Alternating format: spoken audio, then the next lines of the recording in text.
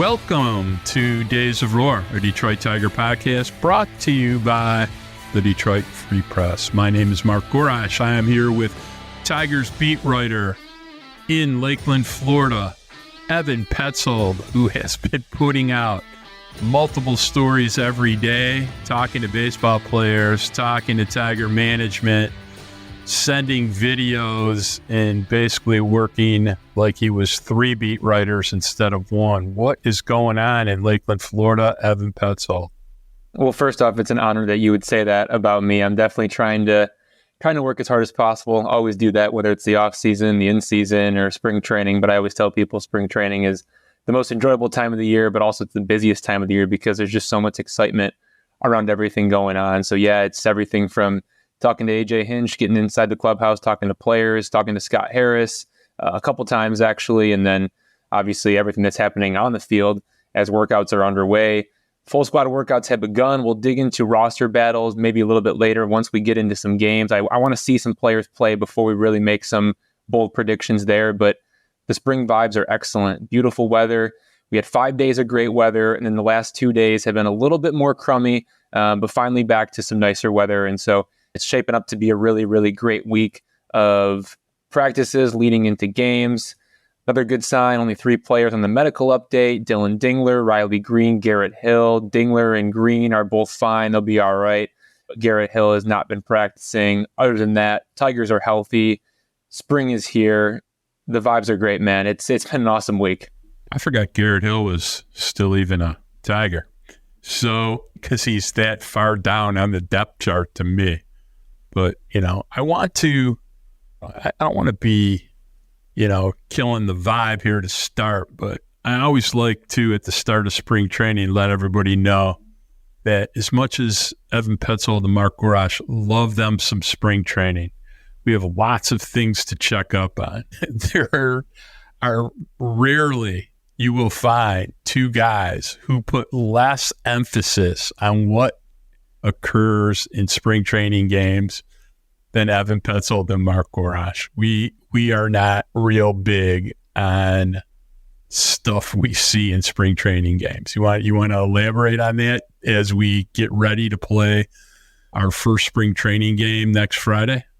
Yeah, there's no doubt about it. But look, I do think that there is some importance. I think you have to balance what you see both last September. I think you also need to balance what you see in spring training. You also need to balance what you see on the data and the metrics. The Tigers are going to do all of those things. I do think for certain players, games do matter. I think for a guy like Justin Henry Malloy, if he goes out there and he rakes in spring training games, like he's got something to prove and he plays well and he shows the Tigers, hey, look, I can be your almost everyday DH, that I think he's going to be on the opening day roster. If he doesn't hit, and he doesn't give the Tigers that confidence, and it's okay, maybe he just ride the bench and he'd play a couple times a week, that's a much different story. He's probably going back to Toledo. So I do think for certain players it does matter, but in the grand scheme of things, if Tarek Skubal gets rocked in spring training, it means nothing, okay?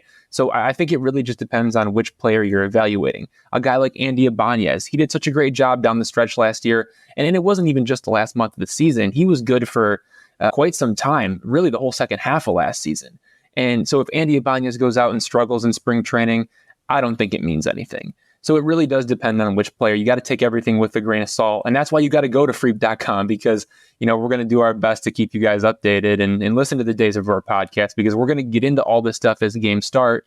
And hopefully we can help you guys understand, hey, here's what matters. Here's what doesn't matter. Here's where we should be, maybe overreacting and maybe here's where we're not reacting enough and we need to pay a little bit more attention. So again, does it matter? Not really. But I do think for certain players, they got to go out there and perform. It's going to be a competitive camp. Don't get me wrong. There's certain things that I'll call game within a game. Do I want to see if Matt Vierling is tweaked the swing a little bit and he's more on time getting to the front of the plate? Yeah, I'll pay attention to something like that. Exactly. Okay. Is it going to excite me if Jahan is hitting bombs off of guys from Double A in the 5th inning on March 14th? Not a bit. Not anything. Not going to move the needle for me. So do I want to see Jackson Jobe pitch the first inning against real guys on March 23rd? Hell yeah. yeah, then I want to see. Do I care when he's pitching? Hey, but look, if Jay Hen's not holding his own though in those situations, then that tells you something as well though. So we have to look at both sides of it. I think I've said this 8 times, and I don't even want to really talk about it again for 3 weeks. But you and other beat writers think he has a good chance to make the team. I think his chances of making the team are less than 10%. Just don't see it. Don't see the way they configure the bench. I explained it 100 ways. And, if you have a bat-only guy, he better be playing more than pinch hitting in the 7th inning and 1 or 2 starts a week, as opposed to a guy that can run, can still hit the ball out of the park, can also occasionally walk, can play decent defense in one corner, and you might be terrified if he had to play center field, but he could play it. So you got a guy that can do 5 things as opposed to a guy that can do 1 thing sitting on your bench. Just the way I feel about it, way I'd make a team. And I agree with you. I've come around to that. That's what getting down here to spring training is all about, is it's figuring out some of those things. And from the conversations I've had, again, we've already known this because, I reported this when I wrote about Justin Henry Malloy this offseason. He's been outfield only since the offseason began. And you're right. It's going to be tough to get him in that lineup day in and day out. And that's why I'm saying he's got to come out and he's got to rake in these spring training games if he wants any chance of making the roster. He has to make the roster as a primary DH, somebody who's going to be your DH 5 of the 7 days, let's just say, if we're talking about a full week of games. He's going to have to be that guy if he wants to make the team. And he's going to have to rake in spring training to do it. He just has to. And let me drop another bit of truth and knowledge on you. If for some crazy reason they need, by injury or some fluke of something I'm missing, they need a big bat who's a DH, there's one that had 33 homers, 106 runs batted in, and a 135 WRC plus still out there that they can probably sign for $12 million. It's a known quantity. And I promise you, if they think they're going to be competitive, that they're spending $12 million with their payroll the way it is now before they're handing the job to John Henry Malloy. So Justin Henry Malloy, but I know you're talking about JD. But I know you're talking about JD Martinez. And Scott Harris wants to keep Scott Harris wants to keep the DH spot open, and that's how he's going to want to roll with it. And A.J. Hinch is going to have to mix and match. But you're right, JD Martinez is still out there on the market. We'll see what happens. But that's where Scott's at right now. That's where the Tigers. It would have to be an outfielder going down, so that an outfielder who is going to get a lot. The 4-man outfield rotation is going to get the predominant amount of DH at bats. I'm not saying that guys aren't going to get from time to time. There'll be 20, 25 games where the random guy who plays infield gets DH at bats, but for 135 plus games, it's going to be one of the 4 outfielders the way it looks now. One of those guys goes down. I promise you, if JDM is not signed, I wouldn't be shocked if Chris Ilitch actually picked up the phone and told Harris to go sign him, because I'm not so sure about that, but I think A.J. Hinch will maybe pick up that phone and say sign him. We'll see. There you go. All right, so let's get into the big 2. Question 1 of the big 2. What did Scott Harris and A.J. Hinch say about their expectations for the Detroit Baseball Tigers in 2024? I was very interested coming into spring training to see how the two of them would discuss the outlook for the Tigers in 2024, especially when you consider the American League Central is wide open and we get down to spring training and first day of camp, guys are already talking about winning the Central, which I'm all for. I think that's awesome. I love that Tarek Skubal comes out and says, my mind is on winning the World Series. And look, that goes through winning the division. So the goal is to win the division. The goal is to play playoff baseball.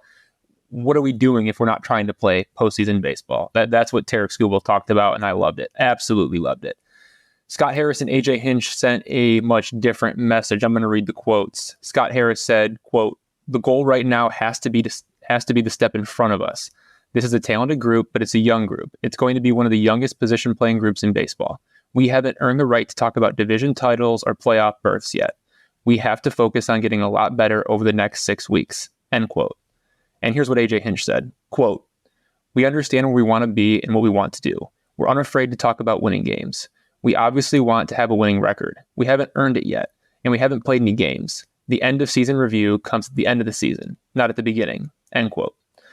So when the two of them talked about it was a lot different than the way that players had been talking about it, where the Tigers are maybe tempering expectations in a way, saying, hey, wait and see, let's pump the brakes and see what we have. Players are all on board, and I think that's a good mix. I think it's good that, Scott Harris and A.J. Hinch aren't putting all their eggs in the basket of, yes, this is the year, we've got it all figured out, because to their point, the Tigers haven't done anything. It's been 10 years since they've been in the postseason. So there's a lot of work to be done. I do think that this is a year they can get there because of how weak the American League Central is. I love the way that the players are talking about it. And I also really don't have an issue with the way that Scott Harris and A.J. Hinch discussed it. That's my take. I think on February 20th, you can say whatever you want. Yeah, this team hasn't really done anything. On the other hand, they won 19 out of the last 29 games. Plus, they added things to make them even better. So if you don't really think they're thinking about winning, and quietly amongst themselves, and even A.J. Hinch quietly, they're thinking about winning. Scott Harris, I think Scott Harris is Scott Harris. It's just how he rolls. Would I prefer the Dan Campbell way of doing things? Yeah, I plan on winning. I'm not afraid to say it. I expect us to get out there and prove it. And I love the way he coached all year. He coached from exhibition game one, expecting people to perform, expecting people to make plays, and expecting to win. And damn, I think there's a lot to be said for that, especially in a team that hasn't won in, how long is forever? Is forever 10 years or, it's a long time. So 2014 was the last playoff appearance. I'm much more of that type of attitude about, I think this team genuinely is an opportunity to be pretty damn good. And it's not because of the top end talent. The top end talent has the most to prove. But what I will say, and I will tip my hat to Scott Harris, is that the back end level of talent and the depth they have gives them a good chance to win. Because what we do know is every team, no matter how good, has injuries. Okay? Ask the Baltimore Orioles. They got injuries already, baby. Okay? Their number 2 starter, he's got an UCL sprain, So they're already in it. You can expect some injuries. It's who you got to fill in and can you keep rowing the boat. So I don't have an issue with what either one of them said, though. We're a long way from worrying about it, and we'll start having this discussion 10 games into the season, hopefully earlier than that because they're winning. But we got plenty of time to see and talk and make proclamations. I do think another interesting point that we have to discuss is what Scott Harris said about, the biggest area for potential growth being the at-bat quality. I think for me, when I evaluate this team, that's the biggest area of concern for me. I think there is so much being put upon the shoulders of Spencer Torkelson, Riley Green, Kerry Carpenter, Colt Keith, Parker Meadows, the young hitters, the young core of hitters, to take that next step, take that step forward. And, let's get a guy or two, to an all-star game, right? Like, let's get some MVP votes out of that group. That's where the Tigers need to go. And I do think the at-bat quality can, be enhanced by bringing in a veteran like Mark Canha, who's, great getting on base. But at the same time, we have to remember the Tigers' offense was terrible last year again. It's been terrible. Okay, like the Tigers and the Oakland Athletics were tied for 26 among the 30 teams last year with an 89 WRC+. The 8.4% walk rate, that tied for 19th. The 24.2% strikeout rate, tied for 23rd. The Tigers had a 686 team OPS last season. That's just not good enough. That's only ahead of the Chicago White Sox and the Athletics. That's not going to get the job done. So the at-bat quality needs to get better, sure, and there is an area for growth because these guys have another year under their belt. You have another guy like Colt Keith coming in. You have Mark Canha, a veteran who gets on base. But at the same time, it's a little bit concerning because what if these guys have already reached their potential? Do I believe that? No. But is that a concern of mine? Yes. And that's going to be interesting to follow as the season goes along. And it's also another reason why maybe the Tigers would have been wise to add another veteran hitter. I asked Scott Harris, why did you not add another veteran hitter? And he talked about either having a young hitter in the big leagues or pretty close to the big leagues at almost every position. At third base, that's Jace Young. I get it. I understand. That makes perfect sense. I think it's smart. But if the Tigers at the end of the season look back and they regret one thing, it might be that they didn't add any more offense. That's just a tragic excuse. All right. My answer is, look, if you would have said, hey, I got confidence in the guys I got, and I can always do things if it proves out that I need to do things, I would have accepted that. But don't give me the Jace Young excuse. All right, question number 2, the big 2. How important is Parker Meadows to the success of the Tigers in 2024? I think he's immensely important. Just kind of looking at the way the roster is constructed, they're going to need him to play center field, and they're going to need him to play center field a lot. First off, Parker Meadows is going to get a long leash from the Tigers to show that he can hit in the big leagues. He played 37 games last year. It was a little bit up, a little bit down, and a little bit back up to finish the year. But this is going to be a very, very long leash for Parker Meadows because he's already likely to be one of the best defensive center fielders in baseball, regardless of what he does on offense. Let's not forget, this guy was with +3 defensive runs saved and +4 outs above average across 315 and 2/3 innings in center field last season. So he's already worth +3 defensive runs saved and +4 outs above average in a 37-game span. That's incredible. We don't know if he can hit yet. He hit 240, 17 walks, 37 strikeouts. He stole 8 bases in 9 attempts. He does a lot of great things for you. If he can't hit, everything falls apart because the Tigers won't have an above-average center fielder on their roster. Riley Green, not above average. Matt Vierling, not above average. Akil Baddoo, not above average. Plus, the Tigers want Riley Green to play at the corner outfield positions to protect his health. So I think it'll be interesting to see what happens in that case. But again, it's going to be a long leash. So Parker Meadows, what happens against left-handed pitchers? Here's a scenario. Kenta Maeda, fly ball pitcher.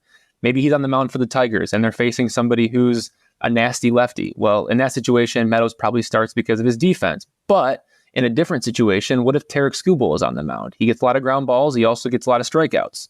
Okay.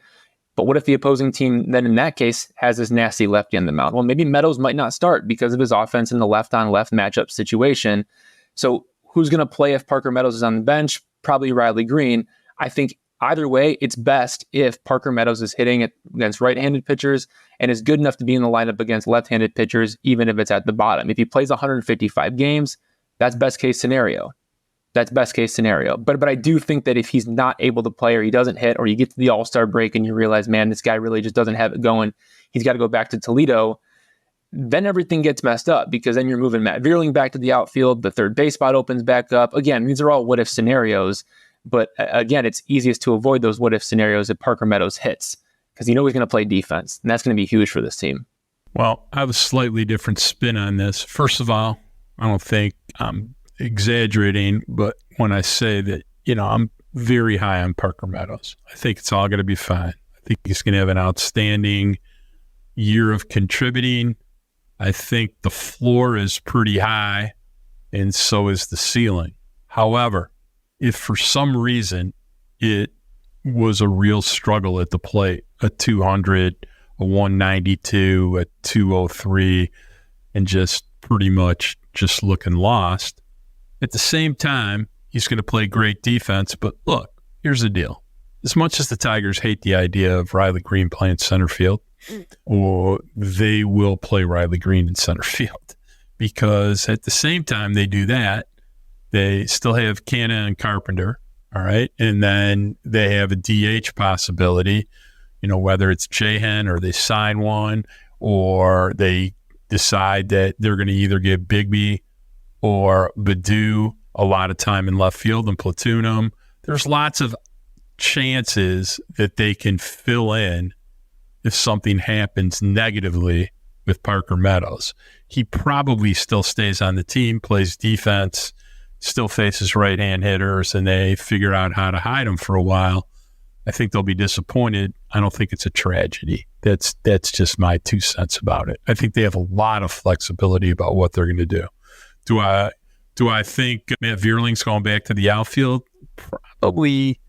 It would have to be something pretty drastic if that happens. Like a Parker Meadows injury or Parker Meadows struggling. That's how I view that. I think they have Matt Vierling penciled in as their primary third baseman, and obviously we're going to see Zach McKinstry and We're going to see Andy Ibanez in the mix there. But in a perfect world, yes, Parker Meadows is playing north of 155 games in center field. That is perfect world scenario.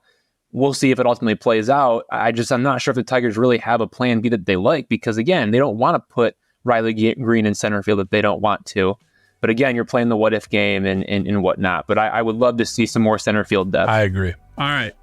We're going to take a break. We're going to come back. We're going to talk about a little acquisition they made this week and Keston Hiura, and we'll be back in a minute.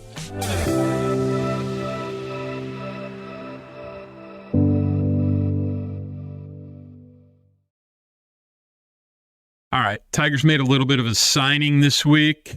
Signed former first-round draft choice of the Milwaukee Brewers in 2018, I think, from the state of Hawaii. Keston Hiura, always been a bat-first guy. Jumped out of the gate, real hot for Milwaukee. Tons of exit velo, walks enough, has a lot of power. Not too dynamic of a defender, to say the least. Finally wore out his welcome in Milwaukee, although he had a really good year at AAA last year. Talk to me about what they told you their plans are, or was it just a good spec to stash in case something happens? Well, the deal hasn't been made official yet, so I haven't gotten a chance to, really get anything from A.J. Hinch about how he might be used or whatnot. But real quick, just to run it back, 9th overall pick in the 2017 draft, out of UC Irvine, actually. 9 picks before the Tigers selected Alex Faedo, by the way. And he raked as a rookie. He was really good. The Tigers are bringing him in specifically as first base depth. They need upper level depth at first base. Hiura has a track record of hitting for power in the majors and the minors. He crushed 14 home runs in 80 big league games in 2022. He also hit 23 home runs in 85 AAA games in 2023. So that's how the Tigers plan to use him from what I've gathered since they signed him. If he makes the big league team, he makes $2 million with a chance for more in bonuses. Spent all of last season, he plays in AAA Nashville. Also plays left field. So there's enough to like about him bringing him in. It's basically just like a free tryout. The Tigers really have no stake in the game there. If they want to send him down to Toledo and make him their primary first baseman, they can do that.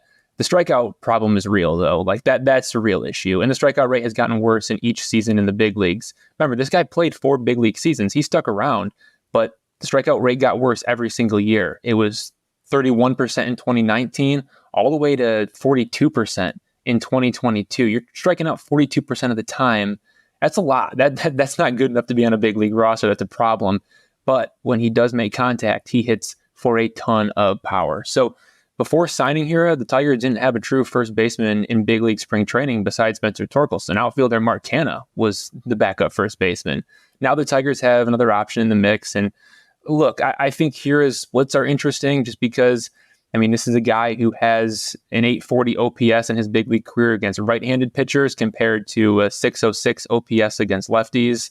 He's a right-handed hitter, so maybe there's some chance that he could factor in as like that final roster spot if the Tigers didn't want J-Hen on the roster maybe, but Hiura rakes enough that they want him to fill more of that primary DH role if that's an idea that they have. I know they want to keep that DH spot open, but maybe it works out in this way. That's like a 3% chance. I think he'd have to really rake and make a solid impression. But I think it's interesting depth to add. I don't think it's bad depth. I think at the very least you have a solid first baseman in Toledo who's going to slug. I think I tweeted this after. Look, it's a depth spec. It's fine. I wouldn't get too excited about it, but since 2019, his initial season in the bigs, when everybody thought he would play second base and just rake, he's had 702 major league plate appearances, and I think his batting average is like 205. So the answer is he's striking out 38% of the time, and he's not making a ton of contact, but when he does, it's loud and does some damage. And, look, I saw a tweet that was very fair, which was pretty much Hiura had a slash line that was in many ways very comparable to Colt Keith last year. And Indeed. And we look at, Hiura and go, God, he can't make contact. He sucks. And at the same time, he's putting up the same numbers as the guy who we're giving a tongue bath to. No, don't get me wrong. Don't get me wrong. He was really, really good at the AAA level last year. You don't hit 308 by accident. Okay, like this is a guy who had a 960 OPS. He hit 23 home runs in 85 games at the AAA level. Again, I think it's a great depth signing, and I think you make a good point there. It's weird, Ab, because I promise you in AAA, when he's walking to the plate hitting 3 or 4 hole, whoever's on the mound, they're paying attention and they're pretty damn nervous because he's really, really dangerous in AAA. The problem is in the major leagues, whoever's on the mound is getting a little bit of a smile as he puts his glove in front of his face because he's pretty confident that there's not going to be a lot of contact against this guy and he's not going to have too much trouble getting him out. So it's one of those conundrums. But look, for a 27-year-old on a minor league deal who's going to go play first base for you in AAA Toledo, who hits for power, I think it's a fine deal. Listen, there are tons of guys in the major leagues that kind of have this weird profile, maybe not as much failure early on in the bigs before they went back to AAA, but there's weird guys like Dan Vogelbach's been hanging on for like 7 years in the majors now, and he had a huge, career in AAA, and it took him a long time before he actually played some full seasons in the big leagues, and he transitioned from being a AAA all-star to at least being a competent major leaguer. And there's more than a puncher's chance that Hiura, whether it's here or somewhere else, eventually is a contributor on a major league team. He's got too much hitting skill to not have a puncher's chance at it. So not a terrible signing, another depth signing. And like I said earlier, that's really stuff that if you want to tip your hat to Scott Harris, he's been great at building the depth. All right, what have you seen so far down there? I mean, the first week is always Evan Petzold either sitting behind the plate, watching BP, or he's out in the bullpen on his phone, taking videos, sending them to Mark, having a few words. So tell everybody what you're seeing.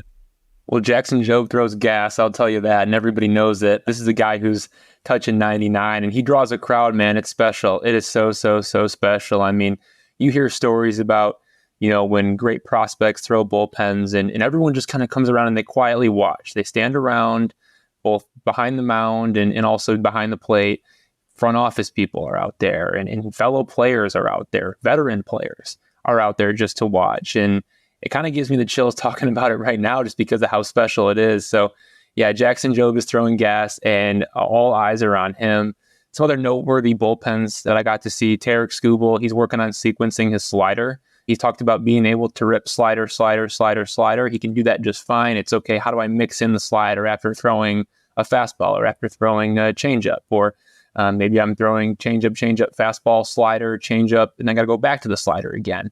And making sure that every one of those sliders is where he wants it to be, despite not throwing it over and over and over again. So he's working on sequencing the slider. We'll see how that continues. It's kind of been a work in progress for him. The slider for him last year, I thought, was probably his worst secondary pitch that he threw. Obviously, the fastball was dynamite. The changeup was really good. I think if he can really hone in on that slider, I think that just makes him that much better, which is really scary to think about. Shelby Miller, he added a bullet slider this offseason, so he throws the fastball and the splitter, which were great off each other. He also throws the sweeper, and now he's added a bullet slider. He started working on it in the offseason, and then after the Tigers signed him, he checked in with Chris Fetter and said, hey, am I cool to keep working on this? And Chris Fetter said, yeah, go ahead. I think it worked great.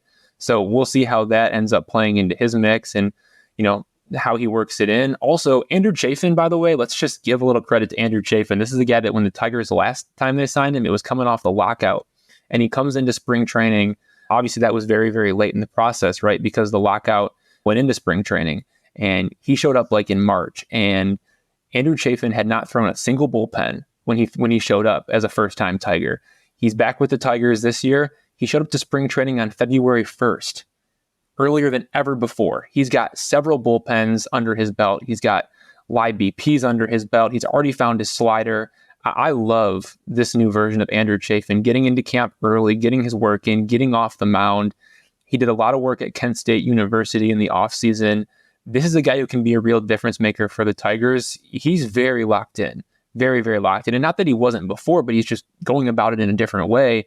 And that's, all was recommended by the Tigers. The Tigers said, hey, look, let's do some things differently. Let's switch some things up and let's get you to camp in better shape than you've ever been before. And if there's somebody who deserves best shape of his life, that's Andrew Chafin. He looks really, really good. Reese Olson, another name that's been fun to watch. Obviously, we all know he's nasty, but he's been working on his fastball life with Tarek Skubal, working on staying behind the ball, staying more true as he's throwing the fastball, trying to get as much ride as he can through the zone. The fastball is going to be a big pitch for him. It always has been. It always will be. He's got to locate it, but if he can get more of that induced vertical break on it and get it to have more of that ride, the more ride, the better for that guy, because obviously the secondary stuff plays down in the zone and it's just filthy. So that's been bullpen so far, Mark. I don't know if you have any thoughts on those players, Skubal, Miller, Chafin, Olson, and Jobe throwing gas, but that's what I've taken away from bullpen so far. Well, look, I always like to give a little shout out to Days of Roar, and we started talking about Jackson Jobe in late October, and we discussed the idea of him pitching for the 2024 Detroit Tigers at some point, and he wants it. I back then said, after watching him at the AFL, that I thought he would be in the rotation by June 1st. People thought I had lost my freaking mind. And I don't exactly think that's such a long shot anymore. It's interesting to listen to what you had to say about Olson, Skubal's slider. I want to bring all this. I normally do not give other podcasts too much of a shout out, but our buddy Nick Pollock has a new podcast called The Craft with Eno Saris about two guys. Look, if you've ever gone to college and the first time you went to a math class or to a chemistry class and you thought you were pretty smart in high school, and then you sat down in a college level math or chemistry class and your eyes started rolling around in the back of your head, go listen to The Craft. It discusses all kinds of data, how to optimize sequencing, how to optimize pitch movement, what pitches are working, what aren't working, what count to use them in, what pitchers are really good. And episode number 4, about half the podcast was devoted to the Detroit Tigers and all of the things we have discussed for a while. So Matt Manning, is he terrible? Is he good? And why? And who does he look like? And that's a discussion Nick and I have had. And believe it or not, they discussed that on their podcast. They discussed Tarek Skubal and that his slider really wasn't that good. And he needed to tweak it and how excited they were to hear about it. They discussed Jackson Jobe. Then they wiped themselves off because they were just lathered up in joy about it. They discussed Reese Olson, and they discussed Casey Mize. Nobody had very many good things to say about Casey Mize. I'm not exactly sure I'm on the same page about that, but give it a listen. I think when I looked on podcast charts, it was the #1 baseball podcast in the United States 2 weeks ago. I'm not sure how these last couple episodes have done for them. It's pretty complicated, but if you like that kind of stuff, it's two really, really smart guys talking about pitching, the craft of pitching, and they discussed your Detroit Tigers this week and all the things you and I have discussed many times, but like a chemistry prof discussing them. So it was pretty interesting stuff. All right, Mark, I do want to give you credit on Jackson Jobe, by the way. You brought that up pretty early, and I was not on board with it the first time that I heard you talk about him pitching for the Tigers in 2024, and then I dug into the data because, again, when I'm covering the big league team, it's really hard to get a chance to watch full outings. I mean, you do see clips, you see highlights, but when I'm watching a game, I really want to try to watch, how was the guy attacking hitters? And when I looked at the data and I dug into what he was throwing, when he was throwing it, and then I went back and I was able to watch some video and looked at both of those things together and tried to see how he was sequencing and, how he was understanding the way in which his fastball played best and where he needed to locate that pitch. And where hitters were doing damage on it, how to avoid those areas, and then how to set himself up to stay away from those areas, but still be able to use the fastball. And then I find out the Tigers moved him to the third base side of the mound, and suddenly he has all this deception on all of his pitches, including his fastball, with the in-zone whiff rate going from 21.5% in the regular season to 44.7% in the fall league when he moves to the third base side. That's ridiculous. So yeah, I'm all in on Jackson Jobe now, and I want to give the hat tip to you for being all over that one. All I could say is, he's improved his fastball a ton, the ride on it, and he hasn't even really understood how to use it. I mean, he's figuring it out. He's getting there. But he's going to struggle a little bit because he's never seen hitters like this before. But I will tell you that he does have two pitches that I don't care, major league, minor league, whoever they are, these guys are going to struggle to hit it. And number one at the top of that list is his changeup is just dirty. It's really, really good. And I think he's constantly tweaked the shape and the sequencing on his slider from a sweeper to more of a shorter version of it. And it's really, really good. Well, we're going to see a slider with more depth this year. He went to the sweeper because he had that big breaking slider, and opponents were able to just lay off of it because you were able to read it out of hand, and if you know it's a slider, you can pick it up. You know it's going in the dirt. So he had to go to the sweeper to try to throw more strikes with it. And now because he's moved to the third base side of the mound, he's probably going to be able to have more depth on the slider. And so he's incorporated that and made that change in the offseason. So I'll be very interested to see if his slider that he threw when he got drafted, if that version of that slider comes back. I think that's what we're going to see. Also, just to kind of jump off of that too, is, going to batting practice cages, right? Like, we've seen a lot of good developments. Not only Jackson Jobe, not only Tarek Skubal, not only Reese Olson. We've been seeing some things on the backfields when guys are taking batting practice, Mark. It's Matt Vierling with the swing, the pull side power that he's trying to get into. Javi Baez is here in camp, and Spencer Torkelson and Riley Green. I've gotten to watch the four of them quite a bit. Matt Vierling, first and foremost, is somebody who has been in the big leagues for quite some time. He was with the Philadelphia Phillies for the first part of his career. They have one of the best hitting coaches in Kevin Long, and they were unable to get him to hit the ball to the pole side in the air. That has been Matt Vierling's biggest problem for his entire career. He's heard about it over and over again. I'm going to go talk to him about it in spring training. I already have. I'm going to again. It's always a topic, and until it's not, right? And he's trying to repeat the load of his swing that allows him to get out front on fastball. It's something to watch. I believe in the work, but I need to see it in games before I believe it can stick. Javier Baez, that's another guy that I've been watching. He's somebody who he's coming into camp, and his swing is not as violent as it was before. A less violent version of his swing without turning his back all the way to the pitcher while he loads up.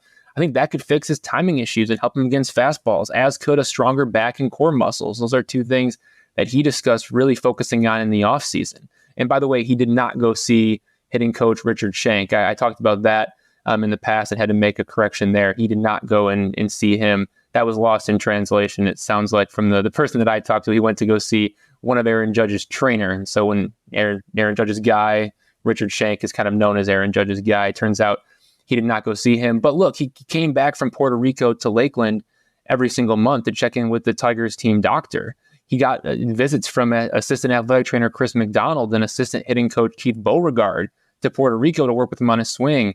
His swing does not look as violent, which I think is a great sign. Now, I want to see it when he gets in the box and it's game mode and he's getting challenged with tougher pitches than that. Is he going to revert back to the old way of doing things, or is he going to stick with what he's doing and having the quieter swing? Torkelson and Green, I've loved watching them. They're hitting bombs, and they look great, people. That's kind of all I got on those two. But Vierling and Baez have been the two that I've been focused on, where I'm seeing some positive changes. We'll see if it can stick once it becomes real time. Once you're in the box and Garrett Cole's on the mound, does that all go out the window, or are you able to stick to that? It's the big question, right? Look, as far as Matt Vierling goes, I think everybody knows my feeling about Matt. I am not a big fan. At the same time, I have not been a big fan for a specific reason, which is, without getting too technical about hitting, because it's not fair to do that on a podcast like this, but his load, or the way he starts a swing, he'd pull his hands behind him a little bit, and he would lose both the attack angle and some speed about how he was able to come forward. And if you notice, Matt Vierling almost never hit the ball hard to the left side of second base. Whatever they did or whatever happened in the month of September, and it was actually pretty late in the month of September, he actually pulled the ball with some authority very, very late in the year. And I think, look, Matt, the Tigers hitting coaches are pretty sound, and there's multiple guys, so it's not one opinion. Kevin Long's a legend on Philadelphia. I mean, his resume of who he's helped become a great hitter in the last 25 years in Major League Baseball is very, very long. It's not the first time, I promise you, that people have talked to Matt Vierling about tweaking his swing so he doesn't cut himself off and doesn't diminish his attack angle and his bat path. What I am glad to hear is he's embraced the idea and acknowledged there was a problem. It's the first thing about... Well, Mark, it's not that he hasn't, though. I mean, this is a guy who's been working on this for a long time. And I remember talking to him last year, mid-September. He hit that 448-foot grand slam pull side. It was like the greatest home run of his life. He got around on a fastball. It was incredible. And he talked about this thing that he called a get ready early adjustment.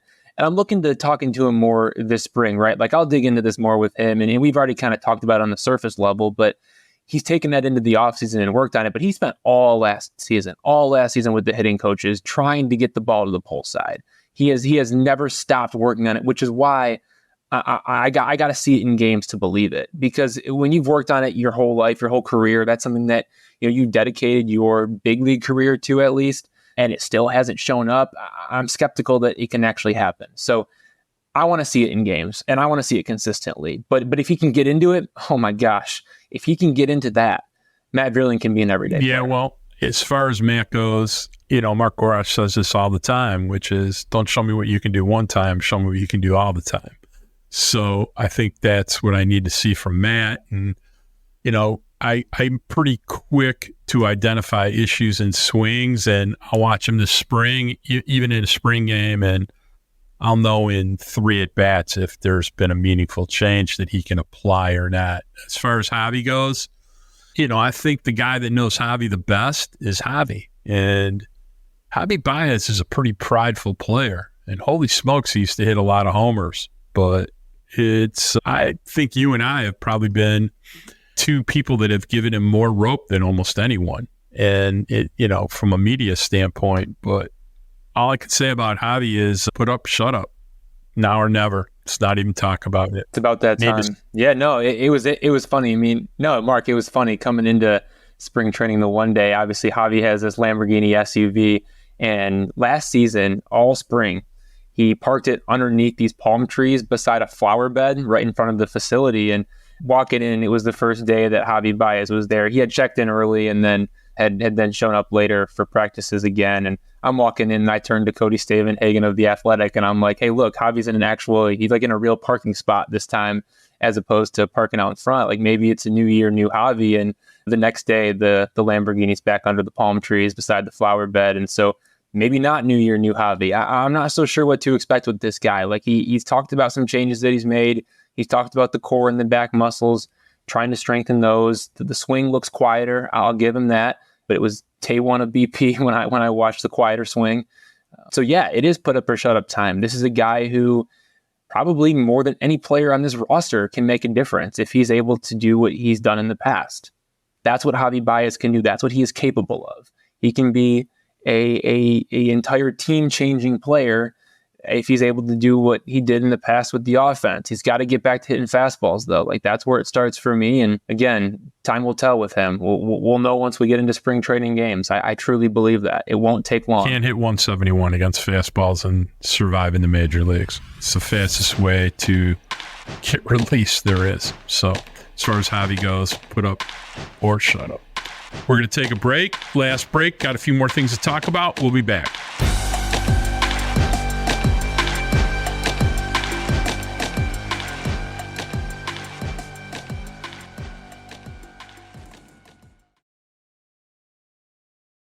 Let's get into a few things we'll call cleanup. want to make sure we talk about them, so we may not do them in order, but it's kind of interesting. Joey Wentz going to go strictly to a short type of stint as a reliever. They've told him this. He has no options left. He's a guy that needs to throw well in the spring, or he's going to get DFA'd, period, end of story. What's really interesting about Joey Wentz is it's a pretty good fastball.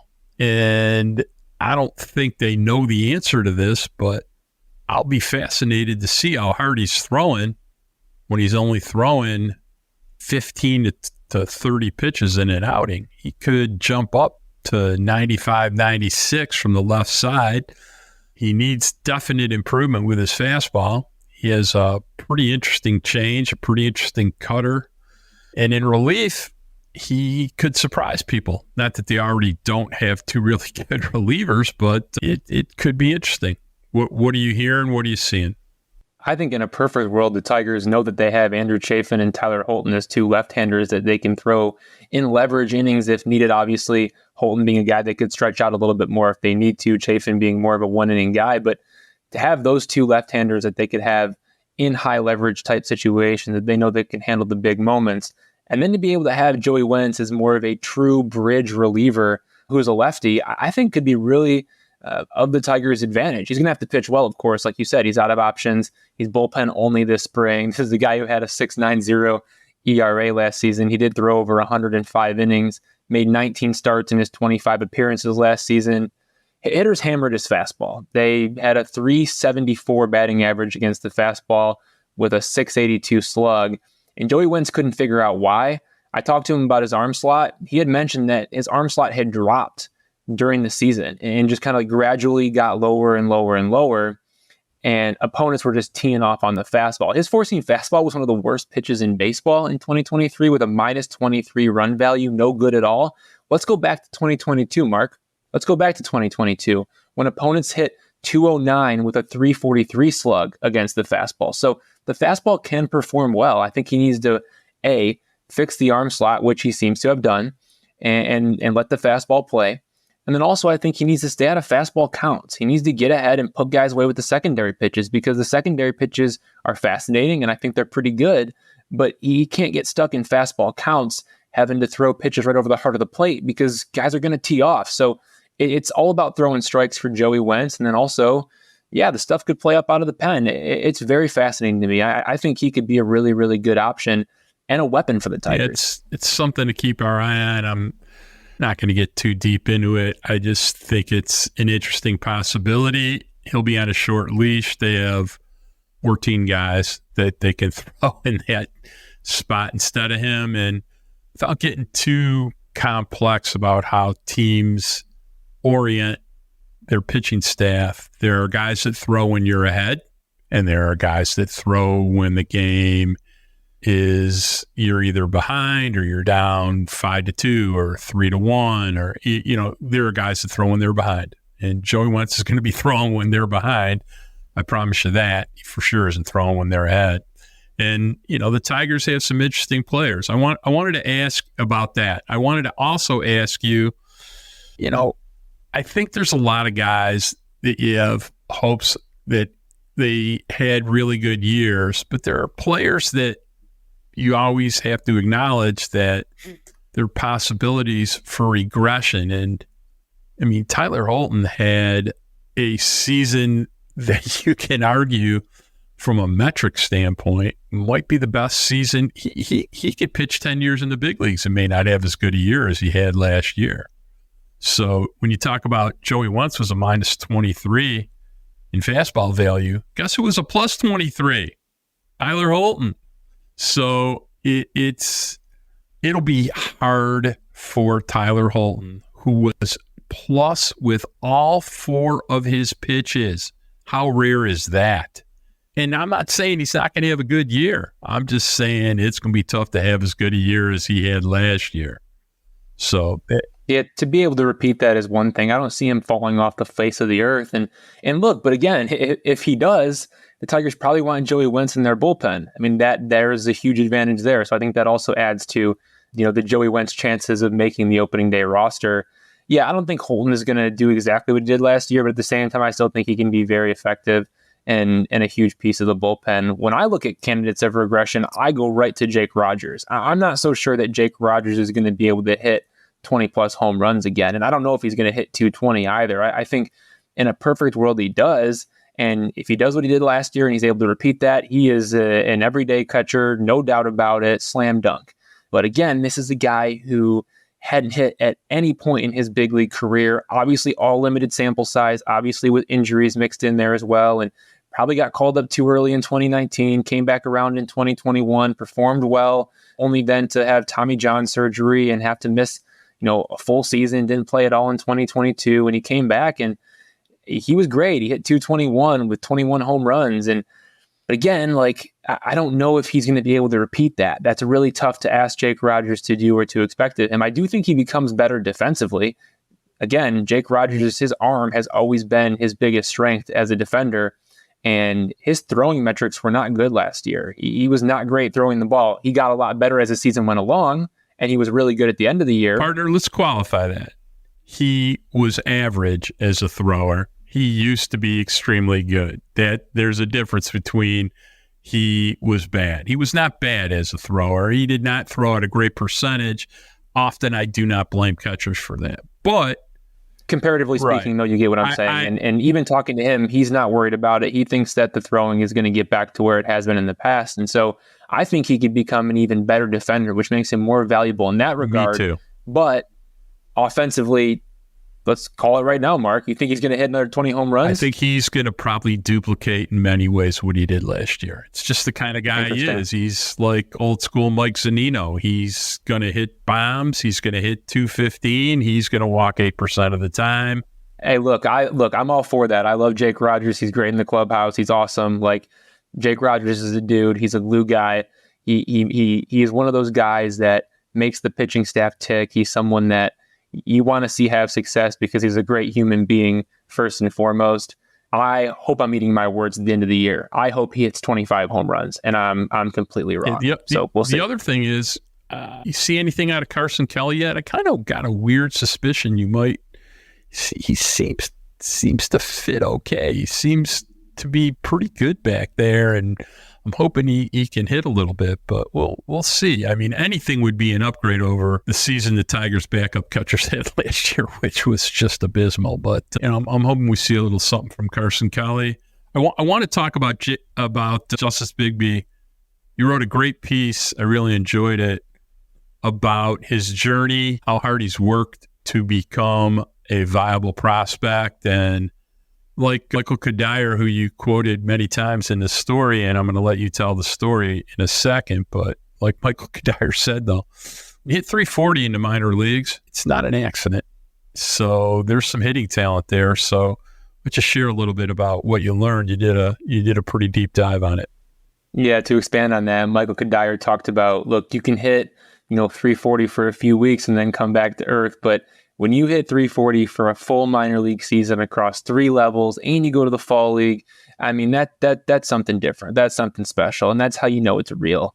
This is a great story. I love Justice Bigbie because of where he comes from. He's a guy who comes from Chesapeake, Virginia.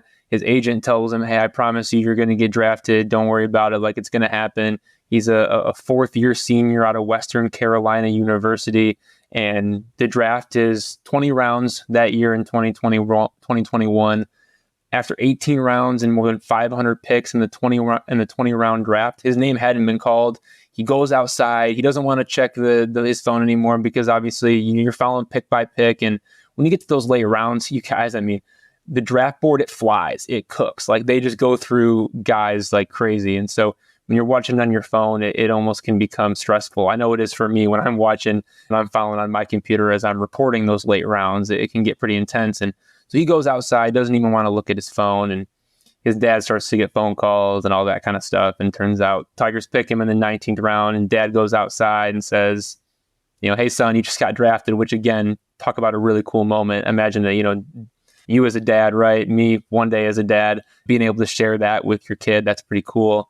So yeah, Bigbie gets picked and they agree to a $100,000 signing bonus, which is like pennies compared to what the top guys pay for. And, here we are about 3 years later, and Justice Bigbie is on the doorstep of his big league debut. Like, he changed his swing with fellow, Tigers slugger Kerry Carpenter's personal hitting coach. That's Richard Shank. After the 2022 season, he climbed 3 minor league levels, contact and power in 2023.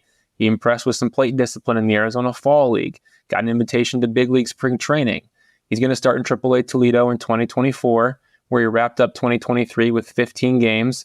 Offensive profile, he hits the ball extremely hard. His average exit velocity, higher than Colt Keith, Jace Young, Justin Henry Malloy. His in-zone contact rates, higher than all 3 of those prospects as well.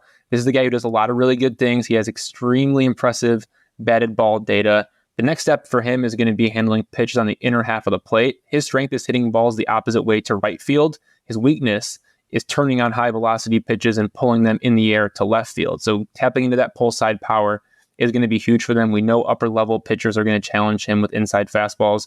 He's going to have to be prepared and pass that test in Toledo before the Tigers promote him to the big leagues. Also has to work on the defense. I think the bat is ahead of the defense at this point.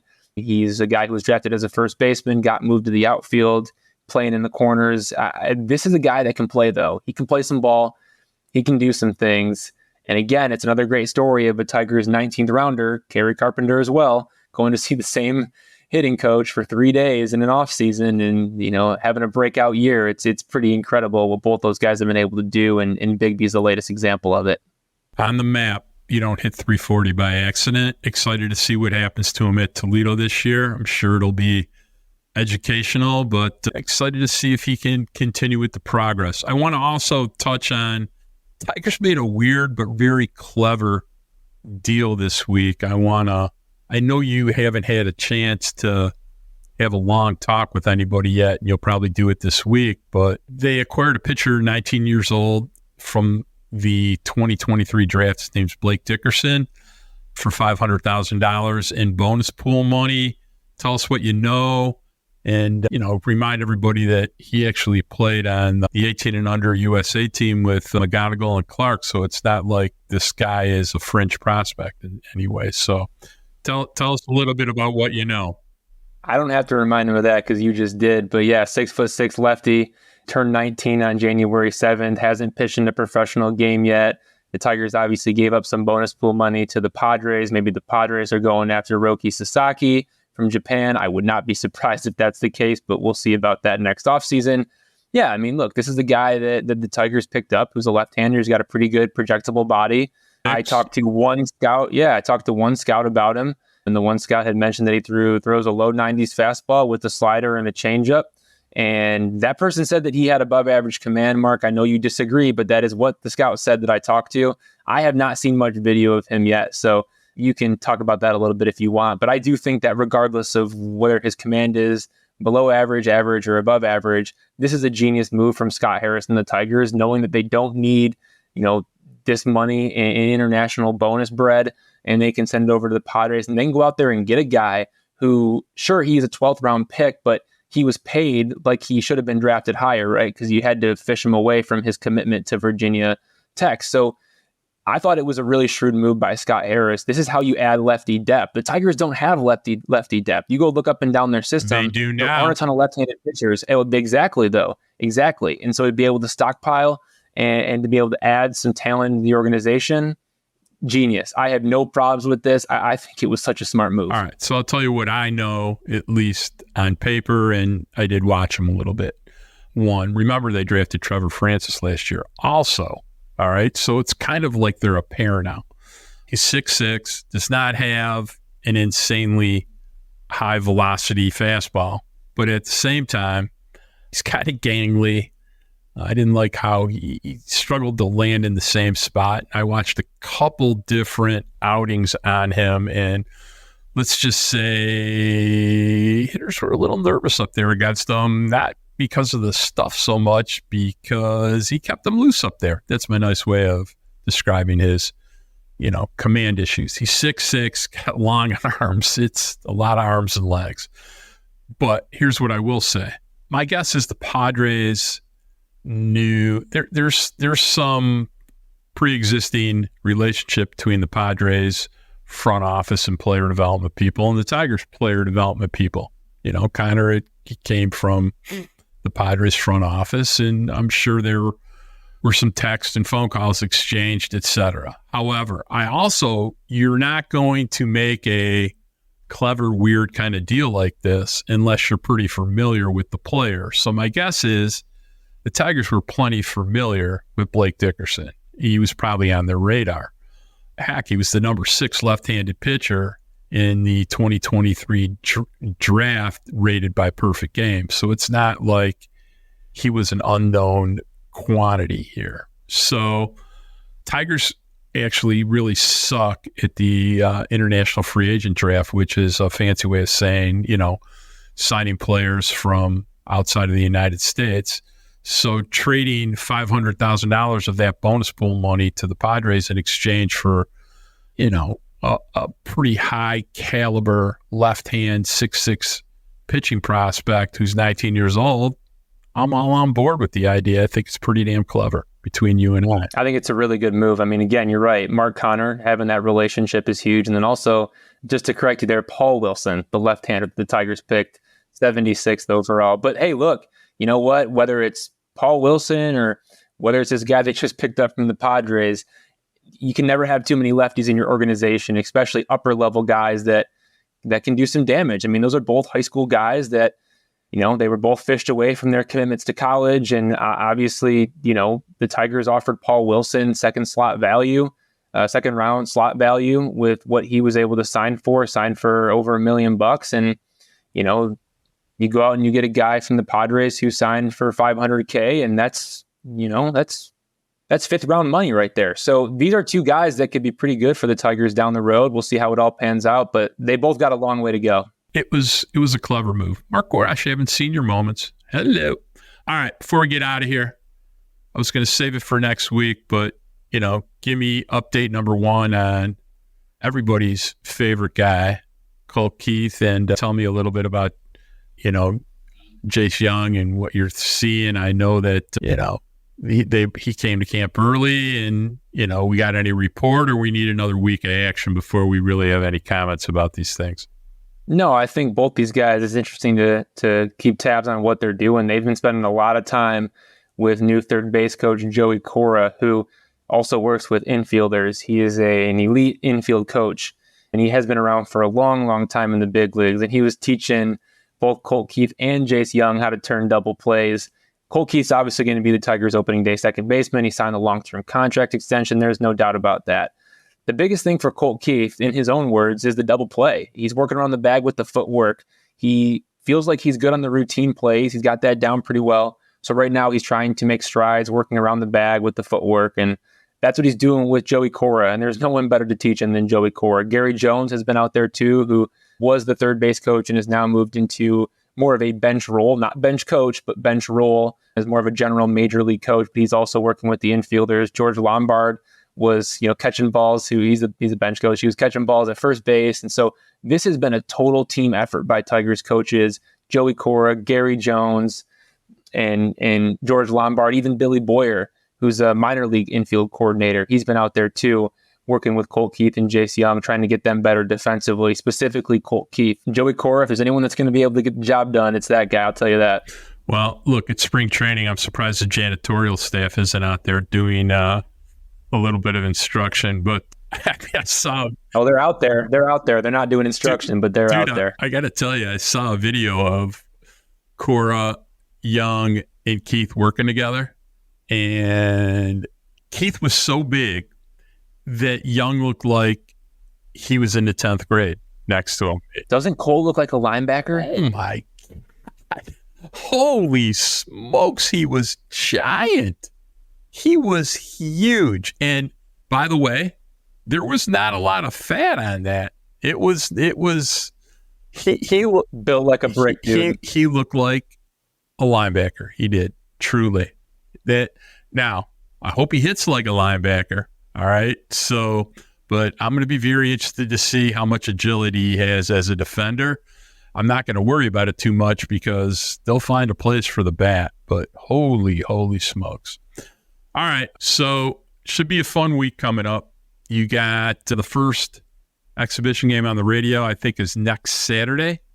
Next Sunday, there's a TV game. It will not be a Jason Benetti game, by the way. It's a simulcast from Tampa Bay. But we'll have real baseball to start talking about starting at the end of next week, which I'm excited about. By the time we get to next week, Evan Petzold will be very, very tan, and I'm sure we'll learn a few new things. So, I always want to remind everybody to rate, share, and subscribe. You can find us wherever you listen to podcasts, Apple, Spotify, and whatever's really left anymore. But you can always find us embedded in thefreep.com, every Evan Petzold article. And Evan's putting out a lot of content, so I would be checking the Freep every day, man. There's 2 or 3 pieces. I'd like to thank our executive producers, Kirk Crawford and Anjanette Delgado. I'd like to thank the Free Press editor, Nicole Avery Nichols, our producer, the man we drive crazy, who makes us sound great when we don't sound great, the best producer on earth, Robin Chan. Much love to my grandson, Braden Michael Gorash. We talked to his pops today and then threw all his toys on the floor, and that was it. And I would like also to give a shout out to the wonderful Savannah Petzold. Till next week, peace.